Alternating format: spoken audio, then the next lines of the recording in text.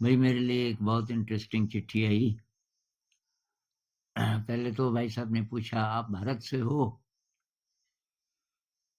मुझे कुछ खास बात करनी है। तो मैंने कहा हाँ जी, मैं भारत से हूँ और ये ईमेल सेफ है, मैं ही पढ़ता हूँ। आप बोलिए क्या बोलना है। मैंने सोचा कोई ऐसी प्रॉब्लम होगी, कोई गुप्त प्रॉब्लम होगी।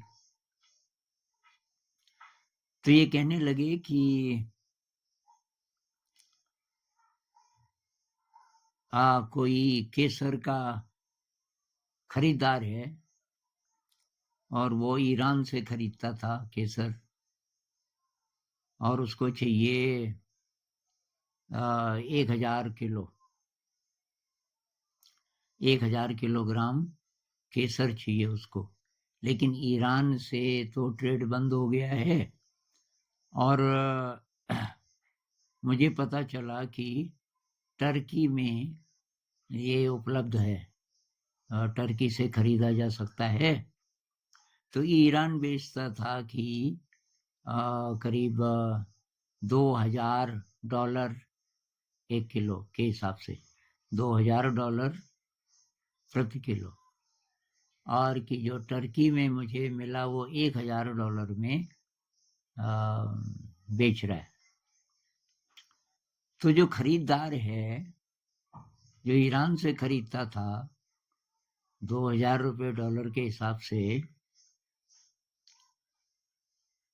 तो मैंने कि उसको बोला कि मैं तुझे केसर दिलवा सकता हूँ और मैं रेट में बताता हूँ, मैं पता कर रहा हूँ। अब कि आप को बस इतना करना है, आपको बोलना है कि हाँ मैं भारत से, मैं मतलब तुझे दूंगा केसर 2,000 रेट पे, ईरान वाले ही रेट पे। और तो कि हम मतलब आपको कि कुछ नहीं करना, आपको केवल बोलना है थोड़ा, ये सब ईमेल से हो जाएगा। और इसमें वो 1,000 किलो खरीदेगा, हर किलो पे 1,000 का फायदा है, क्योंकि टर्की से लेंगे हम 1,000 रुपया डॉलर में पर किलो, और इस आदमी को बेचेंगे 2,000 पे, और उसको ज्यादा नहीं लगेगा क्योंकि उसी रेट पे वो पहले से खरीद रहा था, और उसको खरीदना है 1,000 किलो।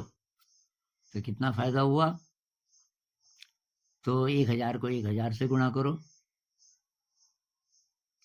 तो ये हो गया करीब 10 लाख डॉलर। और कि वो 40% आपका होगा। अच्छा, तो मैंने तो इसको सच माना, मैंने कहा ये सचमुच ही बोल रहा है, ये अब ये पैसा कमाना चाह रहा है। और लेकिन ये तो, मैंने कहा ये मेरी लाइन नहीं है, क्योंकि मेरे तो इस आदमी को शायद मेरे वीडियोस का पता तो होगा नहीं।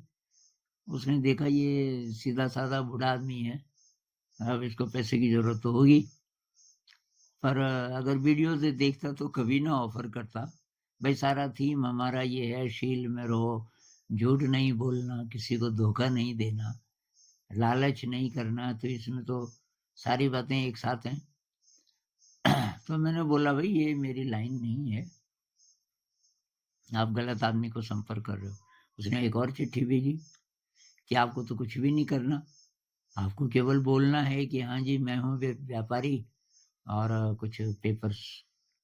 तो मैंने उसको ब्लॉक कर दिया। मैंने कभी ऐसा आदमी नहीं चाहिए मुझे जो दोबारा चिट्ठी लिखे। तो फिर मेरे दोस्त हैं, ये दीपक भाई को मैंने कहा यार बहुत इंटरेस्टिंग चिट्ठी है। दीपक ने कहा अच्छा आपको पहले ही पता चल गया कि ये फ्रॉड है? मैंने कहा फ्रॉड है ये तो नहीं चला, मैंने तो सोचा ये सचमुच ही बोल रहा है, लेकिन ये काम ही गलत है। आप फायदा चाहे करोड़ों का हो चाहे अरबों का हो, ये तो गलत है। तो उन्होंने बोला कि ये इसका सही होना बहुत कम चांस है, ज्यादातर इस तरीके के बहुत सारे फ्रॉड हो रहे हैं आजकल। और उसने बोला कि मेरा एक दोस्त इस चपेट में आया। आपके अगर आप हाँ बोल देते, तो ये सब साइन-सुइन वगैरह-वगैरह ये सब हो जाता, सब नकली।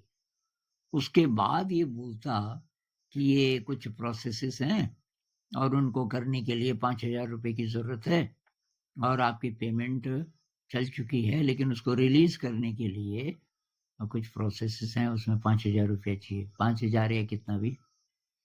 अब कहाँ 38 करोड़ और कहाँ 5,000 कुछ भी नहीं। आप 5,000 दे देते। और ये चिट्ठी कि उसने लिखी होगी कम से कम 500-700 लोगों को।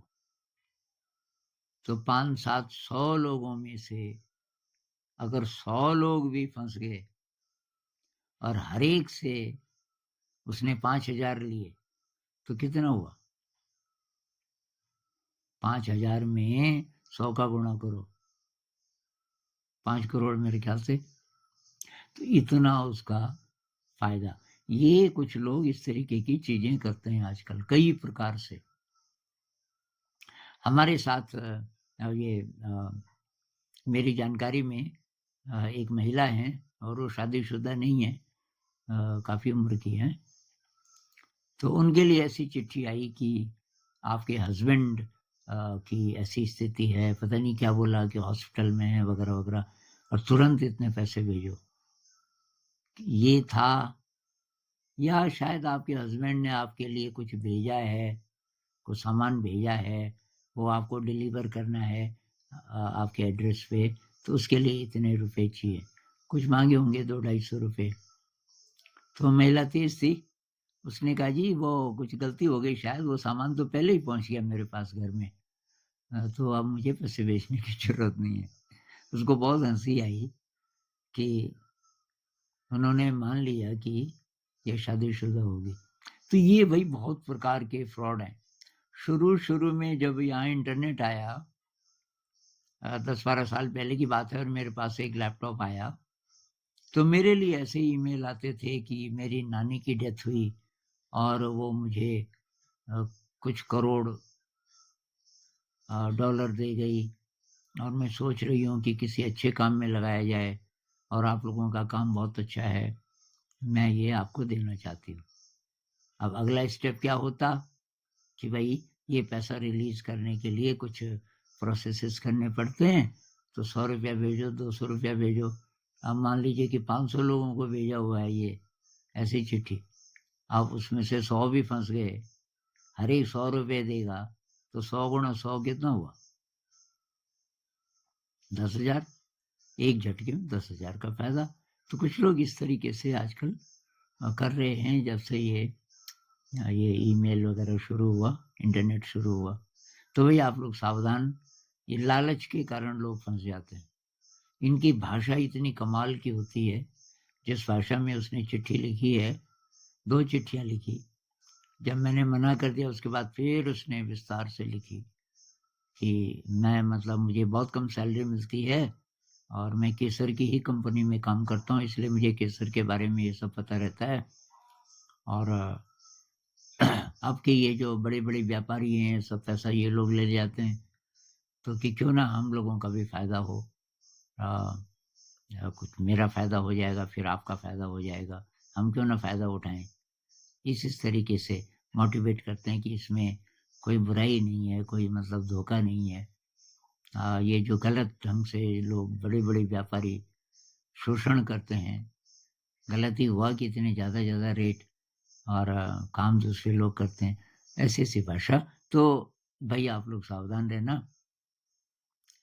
अब मैं तो इसलिए नहीं फँसा कि भई मेरी ज़िंदगी का ये चैप्टर कब से ख़त्म हो गया था कि आप कैसे भी करके पैसे कमा लो। जहाँ ज़रा भी झूठ है, फ़रेब है, धोखा है, अ, कोई भी शील आपका भंग हो रहा है, वो काम तो मैं करूँगा नहीं, क्योंकि मेरी यात्रा तो पहले से ऐसी है। दूसरी बात कि मेरे पास स्किल है पैसा कमाने का, मैं मुझे ज़रूरत पड़े कुछ लाख की और कुछ करोड़ की भी, तो मैं कमा सकता हूँ।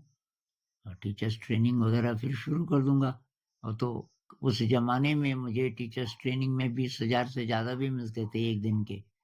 आजकल पता नहीं क्या रेट होगा, ये जो बड़ी-बड़ी फंडिंग एजेंसीज़ हैं, इनके रेट्स बड़े होते हैं और मेरा नाम पहले से है इनके पास, क्योंकि कइयों के लिए मैंने काम किया था।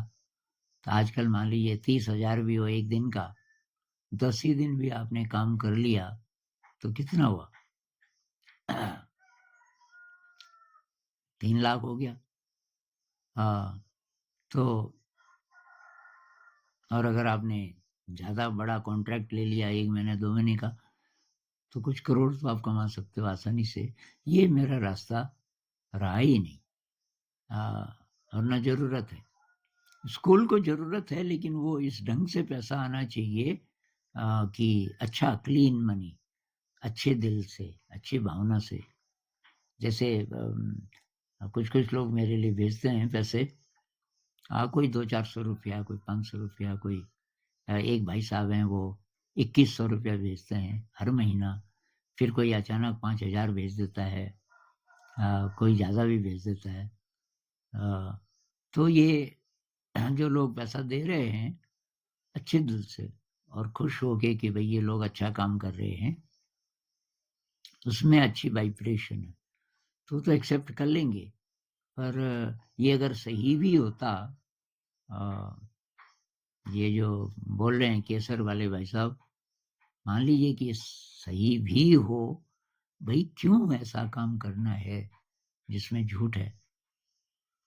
अब आप बोलोगे जी एक बार पैसे कमा लेते हैं, उससे सब काम ठीक चलने लगेंगे, फिर साधना करते रहेंगे। अरे साधना का तो आधार ही आपने गड़बड़ा दिया, क्योंकि आप थोड़ा झूठे हो गए, थोड़ा लालच में आ गए, थोड़ा दलदल में और फँस गए। तो भई बहुत सावधान, अ, किसी लालच में नहीं आना चाहिए, शॉर्टकट में पैसा आ जाए, इस चक्कर में मत रहिए, उसका नुकसान ही होगा अंत में। सांसारिक नुकसान भी बार-बार से, लेकिन साधना के तल पे, ये जो हम बोलते हैं कि बटरफ्लाई बनने की यात्रा है कैटरपिलर से, उस यात्रा में बहुत बड़ी बाधा आ सकती है। तो बहुत सावधान, मैं इसीलिए ये मैंने सोचा कि इसका ये संदेश आप तक पहुँचा दूँ कि ऐसा भी हो रहा है। हो सकता है आपको तो पहले से पता होगा, लेकिन मुझे या तो बहुत शुरू में करीब 10-12 साल पहले ऐसी चिट्ठियाँ आती थी, कि कुछ पैसा देना चाहते हैं आपको वगैरह-वगैरह। लेकिन बहुत टाइम बाद ये अभी आया, ये चिट्ठी। और इस आदमी ने बोला मैं किसी दूसरे देश से हूँ, मैं पोलैंड से हूँ कि, और तो ख़ैर सावधान रहिए। नमस्कार।